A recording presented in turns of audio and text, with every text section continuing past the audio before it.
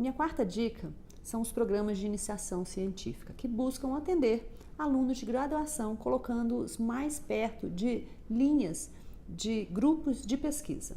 Esses programas, eles buscam proporcionar aos alunos de graduação, orientados por pesquisadores mais experientes, a aprendizagem de técnicas e métodos científicos, além de estimular o pensar científico, mediante o confronto direto com problemas da pesquisa. Isso faz com que o estudante ele tenha a possibilidade prática, ainda durante a graduação, de se deparar com problemas reais da sua área de atuação e estudar cientificamente soluções, abordagens, enfim, maneiras diferentes de pensar relativas àquele problema em si.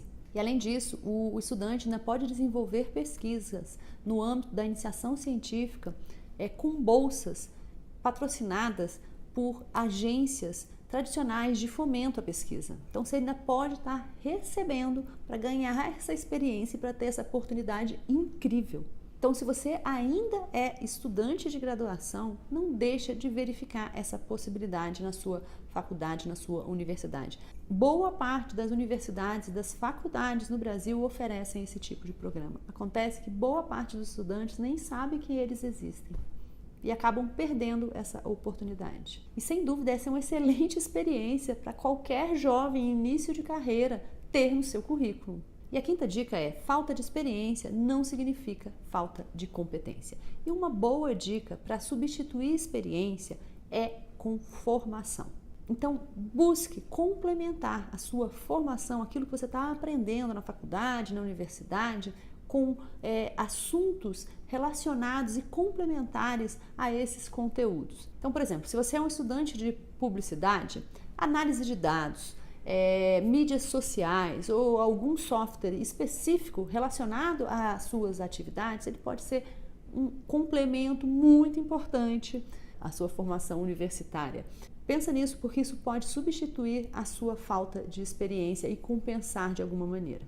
E uma sexta dica é: desenvolva-se naquilo que a grande maioria das universidades brasileiras não ensina, mas que são importantíssimas para qualquer profissional. Como, por exemplo, falar em público, debate, escrever muito bem, um idioma.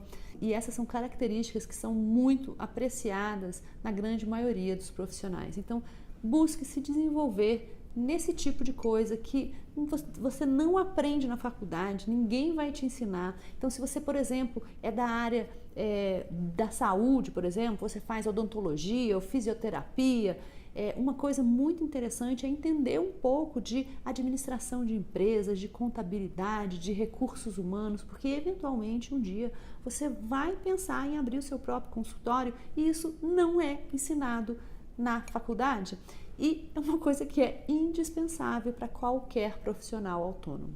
Então, assim, gente, pensa nisso, desenvolver-se naquilo que é fundamental para a sua profissão, que é muito importante, que vai fazer com que você se destaque como profissional, mas que não é ensinado nas faculdades, nas universidades. E a minha sétima dica é: sim, estágio é muito importante. É a maneira mais comum e mais tradicional da gente ganhar experiência enquanto ainda está estudando. Mas assim, a minha dica aqui é: cuidado para não cair na tentação de fazer um estágio por fazer. Por que eu estou dizendo isso? Gente, principalmente no Brasil, tanto o estudante quanto a empresa do outro lado acaba não dando o valor ou direcionando o estágio para o propósito mais relevante, que é a formação profissional. Então, por exemplo, meu primeiro estágio, eu fui trabalhar no Banco do Brasil e a minha primeira posição lá dentro foi como secretária de um diretor. Eu era estudante de economia. E o que essa atividade de secretariado tinha de relação com a minha formação em economia? Nada, absolutamente nada. E foi exatamente por isso que eu acabei pedindo desligamento desse meu primeiro estágio e fui buscar um outro estágio onde eu tive um pouco mais de experiência naquilo. Não era exatamente em economia, mas eu tive um pouco mais de experiência em outros temas, outros assuntos, em outras atividades que tinham mais relação com a minha atividade profissional ou com a carreira que eu pretendia construir.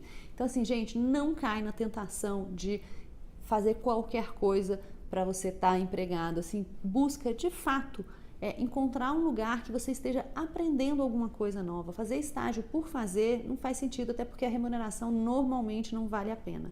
Faça pelo menos com que essa experiência ela traga para você um benefício de aprendizagem de fato, tá? Então não faz uma coisa só por fazer, em que você não está aprendendo absolutamente nada. Isso pode enriquecer o seu currículo, você vai ter uma experiência para colocar no seu currículo, mas na prática isso não vai te ajudar em muita coisa.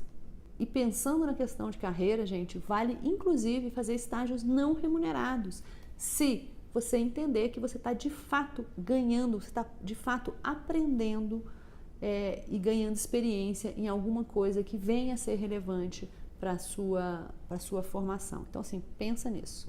E a 8ª e última dica é networking. Mais de 40%, no Brasil 46%, uma pesquisa foi feita e mais de 46% das pessoas que estavam em busca de recolocação informaram que se recolocaram graças à sua rede de relacionamentos. Então, assim, gente, é um número muito alto para você não desconsiderar.